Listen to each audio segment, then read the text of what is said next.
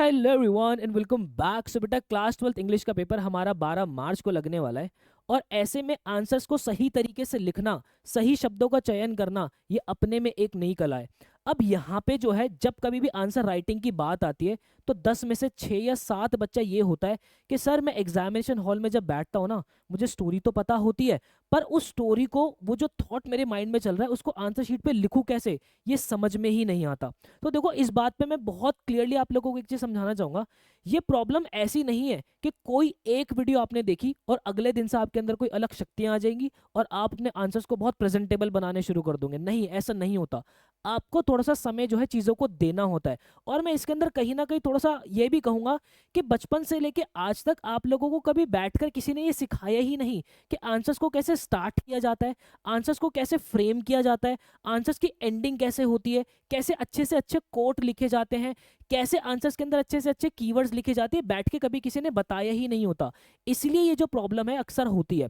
अब यहाँ पे जो हमें करना क्या है प्रैक्टिकली, तो मैं आप लोगों को बताऊं। देखो, अभी हमारे पास हमारा जो इंग्लिश का पेपर है 12 मार्च को जो लग रहा है, उसके अंदर पर्याप्त समय है। जो टिप्स एंड ट्रिक्स मैं आप लोगों के साथ आज शेयर करूंगा, इसको अपनी प्रिपरेशन के दौरान जो है वो आप करते रहिएगा, तो आप ये फील करोगे कि थोड़े समय के बाद आपके आंसर्स लिखने का जो तरीका है, आपके आंसर सोचने का जो नजरिया है, वो भी बहुत ज्यादा बदल जाएगा। तो बिना समय वेस्ट के आगे बढ़ते, सबसे पहली चीज जो अभी आप प्रिपरेशन करते वक्त अपने दिमाग के अंदर रखोगे वो क्या है? The less time the examiner spends checking your answer sheet, the higher your marks will be. बेटा हमेशा से एक चीज ध्यान रखना, एग्जामिनर आपको नहीं जानते, आप एग्जामिनर को नहीं जानते। जो आपकी सीबीएसई की आंसर शीट होगी, जिस पे आप अपने आंसर्स लिखोगे, जिस पे आप अपने थॉट्स लिखोगे, यही आपकी रिफ्लेक्शन बन के जाएगा, राइट? तो आपने बचपन से लेके अभी तक क्लास 12 तक जो भी किया हो, उन सब पे पर्दा डालकर अब जो है आप लोगों को आंसर शीट को इस तरीके से सजाना पड़ेगा कि एग्जामिनर पे इंप्रेशन ये आए कि ये बच्चा पढ़ा लिखा है। अब यहाँ पे देखो होगा क्या, यहाँ पे हमें करना ये है कि एग्जामिनर को ये समझो आप कि एग्जामिनर एक दिन के अंदर बहुत सारी कॉपीज जो है चेक करते हैं, उन्हें हर आंसर के बारे में पता है। और जितनी आपकी एज भी नहीं है, हो सकता है उससे ज्यादा उनके पास एक्सपीरियंस हो, तो आप उन्हें नया क्या दे सकते हो? आप उन्हें नया दे सकते हो सिर्फ और सिर्फ कंफर्ट। जितना कंफर्टेबल आप एग्जामिनर को रखोगे, जितना कंफर्टेबल होकर एग्जामिनर आपकी आंसर शीट को चेक करेंगे, उतने ही ज्यादा मार्क्स आपको मिल जाते हैं। उतनी ही छोटी छोटी जो गलतियां होती है, एग्जामिनर उसको नजरअंदाज कर जाते हैं। तो अभी से आपको ये बात दिमाग में रखनी है कि आपको आपके आंसर जो है इस लहजे के अंदर लिखने हैं, इतने प्यारे तरीके से लिखने हैं कि एग्जामिनर को छोटी मोटी गलतियां तो दिखे ही ना, और वो सीधा सीधा मार्क्स जो है वो आपको देते चले जाए। अब इसका मेरा कतई मतलब ये भी नहीं है कि मैं आपकी हैंडराइटिंग की बात कर रहा हूँ। ऑब्वियसली हैंडराइटिंग एक छोटा मोटा रोल जरूर निभाती है, बट एग्जामिनर्स को भी ये बात पता होती है कि बहुत सारे बच्चे ऐसे भी होते हैं जो कि बहुत अच्छा पढ़ते हैं, बट उनकी हैंडराइटिंग उतनी अच्छी नहीं होती। तो कोशिश हमें इतनी करनी है कि जो शब्द हम लिख रहे हैं एटलीस्ट वो एग्जामिनर को समझ में आ जाए। एग्जामिनर उन शब्दों को भी समझ लेंगे तो भी वो आपको पूरे मार्क्स देते हैं। तो इस थॉट का आपको दिमाग में जो है जरूर रखना है।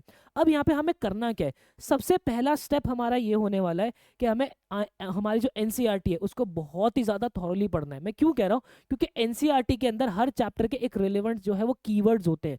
जब वो कीवर्ड्स आपके दिमाग के अंदर होते हैं, तो और वो कीवर्ड्स आप अपने आंसर्स के अंदर लिखते हो, उनको हल्की फुल्की अंडरलाइन जब कर देते हो, तो एग्जामिनर इज एम आर जो आपके हेल्पिंग वर्ब्स आप लगाते हो, मेन वर्ब्स लगाते हो, उन पे उतना ध्यान देते नहीं है। वो कीवर्ड्स भी पढ़ पढ़ के जो है वो आगे चले जाते हैं और आपको मार्क्स जो है प्रॉपर दे देते हैं। देन उसके बाद हर चैप्टर के अंदर एक ना रिलेवेंट कोट होता है। उस पूरे कोट के अंदर वो पूरा चैप्टर जो है वो समाया हुआ होता है, मतलब कि उस पूरे चैप्टर का सार उस एक कोट के अंदर होता है। अब आपको लगेगा कि सर हमने तो कभी बचपन से आंसर्स के अंदर ऐसे कोट लिखे नहीं।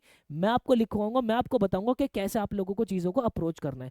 देन उसके बाद हमेशा से अब ये एक चीज आदत में डाल लो कि जब कभी भी आप कोई भी अपना आंसर लिखोगे, चाहे वो 5 मार्क का लिख रहे हो, चाहे वो आप शॉर्ट आंसर अपना लिख रहे हो, उसके अंदर आप अपने ऑथर का नाम या फिर उस चैप्टर की सेंट्रल थीम जो है वो लिखना जरूर शुरू कर दो। उससे होता है क्या बेटा, आपके जो आंसर होते हैं वो और भी ज्यादा प्रेजेंटेबल लगते हैं। मैंने क्या बोला? एग्जामिनर के आगे हमें इंप्रेशन जमाना है कि भाई हम पढ़े लिखे बच्चे हैं। तो जब एग्जामिनर ये देखते हैं कि आंसर के अंदर ऑथर का नाम भी मेंशन है, तो कहीं ना कहीं एक अच्छा इंप्रेशन आता है और एग्जामिनर जो है आपको अच्छे मार्क्स देते हैं।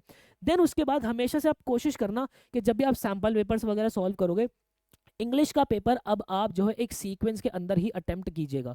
सीक्वेंस से मेरा क्या मतलब है बेटा? सीक्वेंस से मेरा मतलब है या तो अपना आप ए, देन उसके बाद बी, देन उसके बाद सेक्शन सी। इस सीक्वेंस को फॉलो कीजिए, या फिर आप सेक्शन सी से भी स्टार्ट करते हो, फिर बी पे आ जाइए और फिर ए पे आ जाइए। अब बहुत से बच्चे बोलेंगे कि सर मैं बी से स्टार्ट कर दूं। अरे किसी से भी स्टार्ट कर दो, किसी से भी स्टार्ट कर दो, लेकिन अगर आपने सेक्शन ए से स्टार्ट किया है तो मेक श्योर कि आप 1 2 3 इसी ऑर्डर के अंदर चल रहे हो। अगर आप सेक्शन सी से चल रहे हो तो 13 12, है ना, इस तरीके से आप जो है चल रहे हो। एक एक ऑर्डर आप फॉलो करना। ऐसे मत करना कि पहले जो है वो आपने बी सेक्शन का ए पार्ट कर दिया, मतलब थर्ड क्वेश्चन कर दिया, फिर आपने जो है सेक्शन ए का कोई क्वेश्चन कर दिया, फिर सेक्शन सी का क्वेश्चन कर दिया। इससे होता क्या, एग्जामिनर को बार बार क्वेश्चन पेपर पलटना पड़ता है, आपकी आंसर शीट को बहुत आगे पीछे करना पड़ता है, तो कहीं ना कहीं डिस्कम्फर्ट आता है। ये तीन बात अगर आपके अंदर जहन में आ चुकी है तो बेटा अब आप आंसर्स को बहुत प्रेजेंटेबल बनाना सीख जाओगे। अब प्रैक्टिकली बात ही आती है कि सर प्रैक्टिकली करना क्या है। तो जनाब कल से हमने हमारी जो प्रिपरेशन है, नॉट इवन कल से, मतलब आज से ही हमने हमारी प्रिपरेशन जो है इंग्लिश की इसी चैनल पे जो है वो स्टार्ट की है। और मैं आप लोगों की कंप्लीट प्रिपरेशन जो है वो करवा रहा हूँ। चाहे आप मैथ्स वाले स्टूडेंट हो, चाहे आप नॉन मैथ्स वाले स्टूडेंट हो, आपका 12 मार्च का जो इंग्लिश का पेपर है उसकी पूरी जिम्मेदारी मैंने ली हुई है। हर साल मैं बच्चों के 80 में से 80 निकलवाता हूँ, इस बार भी आपके जरूर निकलवाऊंगा। देखो आज मैं ये एक्सेल शीट का लिंक जो डिस्क्रिप्शन बॉक्स के अंदर भी डाल दूंगा। आज मैंने सुबह राइटिंग सेक्शन, मेरा आज का टारगेट क्या था कि आज 25 फरवरी को जो है मैं राइटिंग सेक्शन और आपका अनसीन पैसेज दोनों ही जो आप लोगों को करा दूं। तो राइटिंग सेक्शन मैंने वन शॉट के अंदर करा दिया, अनसीन पैसेज जो है मैंने दोनों आप लोगों को करा दिया। अब चैनल पे अगर आपके देखोगे भी ना तो बेटा इस ऐसे करके ना प्लेलिस्ट वाले सेक्शन के अंदर आ जाना। अब प्लेलिस्ट वाले सेक्शन के अंदर ये देखो, आपका English 2026 reading and writing section मैंने एक प्लेलिस्ट बना दी, टिप्स एंड ट्रिक्स की मैंने एक प्लेलिस्ट बना दी, ऐसी मैं फ्लेमिंगो विस्तास की एक प्लेलिस्ट बना दूंगा। उसके अंदर आपकी कंप्लीट प्रिपरेशन जो है वो आती रहेगी और इसी ऑर्डर के अंदर, इसी सीक्वेंस के अंदर हम जो है वो चलते रहेंगे। अगर आप अभी देखोगे तो 6 बजे आपकी जो है वो शाम को 6 बजे भी एक वीडियो आने जिसके अंदर मैं केस बेस्ड अनसीन पैसेज जो है वो आप लोगों को कराऊंगा। अब उसके बाद कल से होगा क्या, 26 27 28 फरवरी, ये 3 दिन अपने दिमाग के अंदर रख लो बेटा।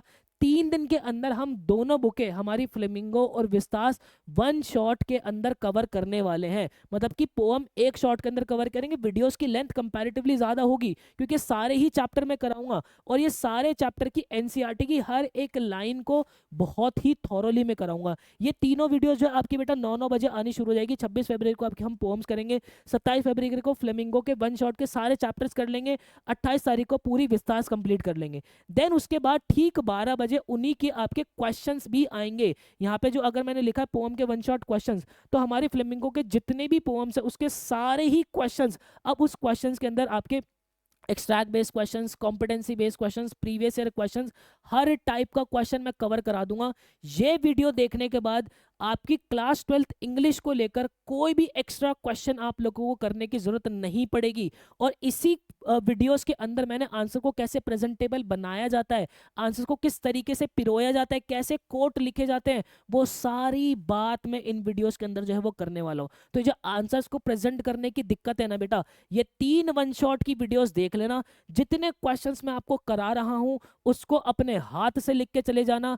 आज इस प्लेटफॉर्म पे खड़े होके आपके सामने वादा कर रहा हूं कि जिस दिन आप एग्जामिनेशन हॉल के अंदर बैठ के 12 मार्च को जब पेपर कर रहे होगे तो मुझे याद करोगे कि हाँ बुप्पी भैया ने हमें ये भी पढ़ाया था, बुप्पी भैया ने हमें वो भी पढ़ाया था। मेरे एग्जैक्ट क्वेश्चन जो है वो हर साल पेपर के अंदर फंसते हैं, इस बार भी फंसेंगे। बहुत ध्यान से सोच समझ के प्रॉपर पूरी रिसर्च करके आप लोगों के लिए क्वेश्चन छांट के उनके आंसर्स प्रेजेंट कर करके जो है वो इन वीडियोस के अंदर लगाए हुए हैं। फिर उसके बाद कहानी यहाँ तक भी नहीं रुकेगी। मेरे जो बच्चे वो कहते हैं कि सर मुझे क्या कहते हैं वन शॉट पढ़ने में कंफर्टेबल नहीं हूँ, मुझे जो एनसीईआरटी, मुझे छोटी छोटी वीडियोस की जरूरत होती है, तो भाई आप लोगों की प्रॉपर जो हर चैप्टर की समरी वीडियोस है वो समरी वीडियोस भी कराऊंगा। उसी के साथ हर चैप्टर की नरेटिव टेक्निक्स, अगर आपने सैंपल पेपर्स उठा के देखे हो तो आपके नरेटिव टेक्निक्स के जो है क्वेश्चन आप लोगों के बने हुए हैं। तो हर चैप्टर के जो है वो आप लोगों को मैं नरेटिव टेक्निक्स भी कराऊंगा, उसके साथ समरी भी कराऊंगा। और अगर आप 10 बजे का स्लॉट देखोगे ना तो 1 तारीख से हर चैप्टर के मैं आप लोगों को व्लॉग्स भी दिखाऊंगा। मतलब कि अगर मैं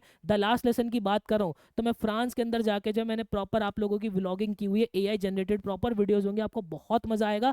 इनफैक्ट अगर आप ये the last lesson, law spring और डीप वाटर ये देखना भी चाहते हो तो चैनल पे जरा आ जाना। ये 3 वीडियोस तो मैंने अपलोड की हुई है, थोड़ा सा ऐसे इसको स्क्रॉल कर लेना और यहाँ पे ये देख रहे हो English 2026 flamingo and Vistas vlogs, इसको एक बार खोल लेना। ये मैंने 3 4 वीडियोस डाली हुई है जहाँ पे मैंने डीप वाटर भी अपलोड किया हुआ है। ये वीडियोस आप देखना, आपको बहुत फन होगा। मतलब ये मैंने फन लविंग वीडियोस डाली हुई है ताकि आप लोग रात को सोने से पहले 10 बजे जो एक बार चैप्टर को पूरा विजुअलाइज कर लो मेरे साथ।